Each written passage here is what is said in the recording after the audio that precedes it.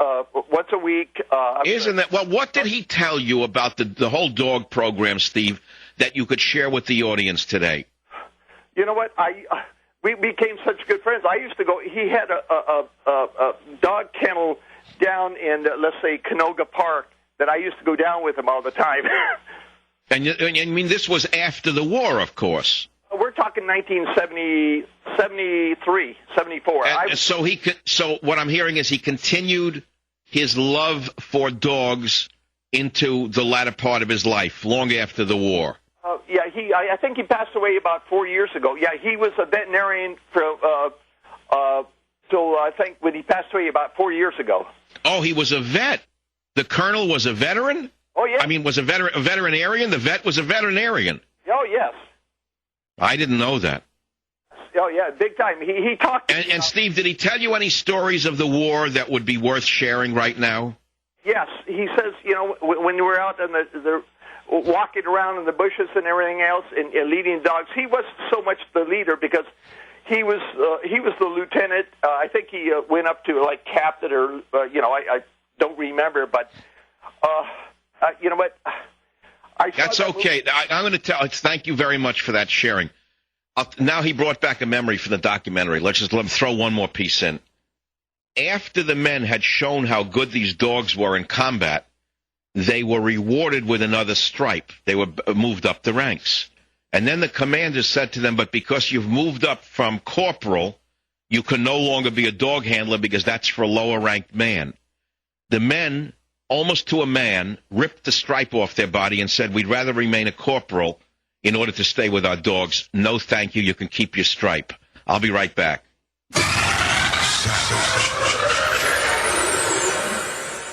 On the air, online, and on the go. This is Talk 910 KNEW.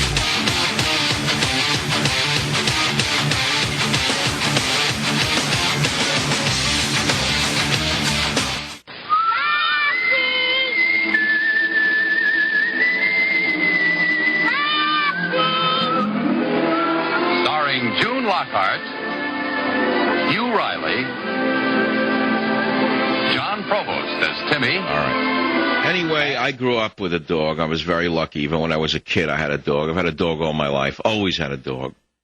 And, well, I wrote about Tippy and all in Psychological Nudity. He was the part chow. Lunatic dog. Ripped my foot open when I was 11. And now I have the smartest dog I've ever had in my life, which is a small 10-pound they call it a toy poodle. I don't like the word toy when it comes to an animal. There's nothing about a toy about him. It's like a condensed poodle. You say poodle, you think foo-foo, weak. A real standard poodle is not a weak dog. They're phenomenal watchdogs. And a small one, well, let me put it to you this way. Would you like to be bitten by a gopher? Would you like to be bitten by a rat? Would you like to be bitten by any animal with sharp incisor teeth? No. So why would you think that a 10-pound animal with sharp teeth is a weakling? Don't underestimate any dog. That's all I can tell you. If you've ever been bitten by a dog of any size, it's going to be quite an awesome experience. But Teddy is not a watchdog, okay? He's not an attack dog. He's just a companion. Great ears, great sense of smell. Sometimes I hold him in my arms. I love to hold him in my arms let's say I'm out on a walk somewhere, and I see somebody in the distance. Now, because I'm a man, I'm taller than him.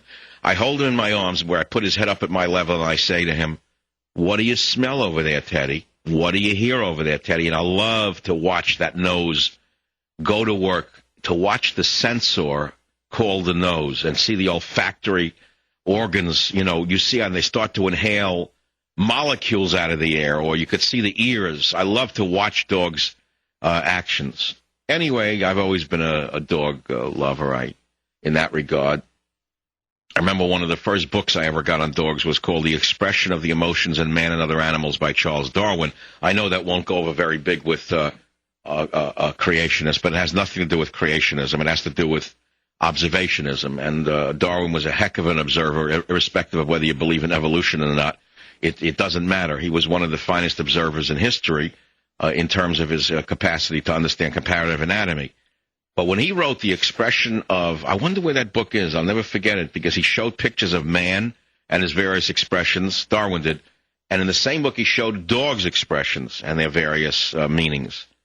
Keen observer. And Fannie Mae seeks $10.7 billion in U.S. aid after second quarter loss. Talking about sniffing out rats, Fannie Mae seeks $10 billion in new U.S. aid after posting $15.2 billion second quarter loss. Now, it doesn't take a dog with a keen sense of smell to smell a rat. And all I can tell you is that the people who are running Fannie Mae, if we lived in a sane America, would be given a life sentence for what they're doing to the taxpayers. After losing billions of dollars, they want billions more. Now, why wouldn't they want billions more if their friends in the Treasury Department are the ones taking your money, robbing you, to give them billions more? You know, you look at jails, they're filled with criminals of various stripes, some violent, some nonviolent, and there are hundreds of thousands of white-collar criminals who stole thousands of dollars, tens of thousands of dollars, hundreds of thousands of dollars, millions of dollars, tens of millions of dollars. But very few of the criminals in prison have stolen billions of dollars. We think of Madoff, but he's one of the very few billions of those who stole billions. Those who can steal billions usually don't go to jail. They go to government. And what they do is that they steal billions of dollars with the kosher stamp of the U.S. government, and they give it to the friends who put them in power. And then when they leave office, their friends are given the job as Treasury Secretary, FAA, FCC, SEC, USC, SEC, SME, LSMFT.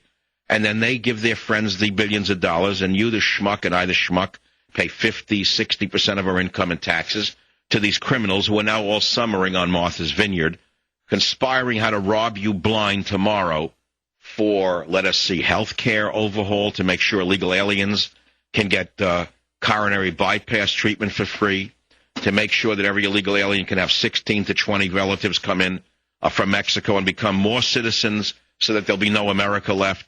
So you see how it works, and you understand why the anger is growing, and you understand why Obama is manufacturing support for health care plans with his own minions. In other words, the left wing, the radical left wing, Boxer, Feinstein, Schumer, Reid, Obama, are telling you that the protesters against the health care reform are all manufactured by corporate interests. Well, what would you have called Acorn but manufactured support for Obama? What would you have called the Black Panthers with clubs in their hand but manufactured support for Obama? I would say that these town hall meetings and gatherings are more closely attuned to the actual American than were the manufactured town hall meetings that got Obama the imposter in office. So don't be Obatamized. Don't give yourself an Obatomy. Remember, the criminals have taken over the country. What else would you call it? Tell me if you think I'm wrong. You're telling me Fannie Mae, who bankrupted America, is entitled to stay in business? You're telling me that Fannie Mae says, oh, well, we lost a couple of billion in the first quarter, give me another $11 billion? You're telling me that's legitimate? Listen to this. We are dependent on the continued support of Treasury in order to continue operating our business, Fannie Mae said in an SEC filing late today. Let me read it again to you if you missed it. An SEC filing today from Fannie Mae says, we are dependent on the continued support of Treasury in order to continue operating our business. Now, who is it at Fannie Mae who gets the money from Treasury? Who is it at Treasury who writes them a check? And who is it Fannie Mae who gets the check? And why is Nancy Pelosi able to buy 3 Gulfstream 550 jets at $65 million apiece? I thought the money from the stimulus fund was supposed to give ordinary Americans jobs. Have you seen 3 million new jobs, anyone? Well, if you have, I have a rabbit I can pull out of my hat as well. Savage. Michael Savage. Afternoons 3 to 7 on Talk 910 KNEW and online at 910KNEW.com.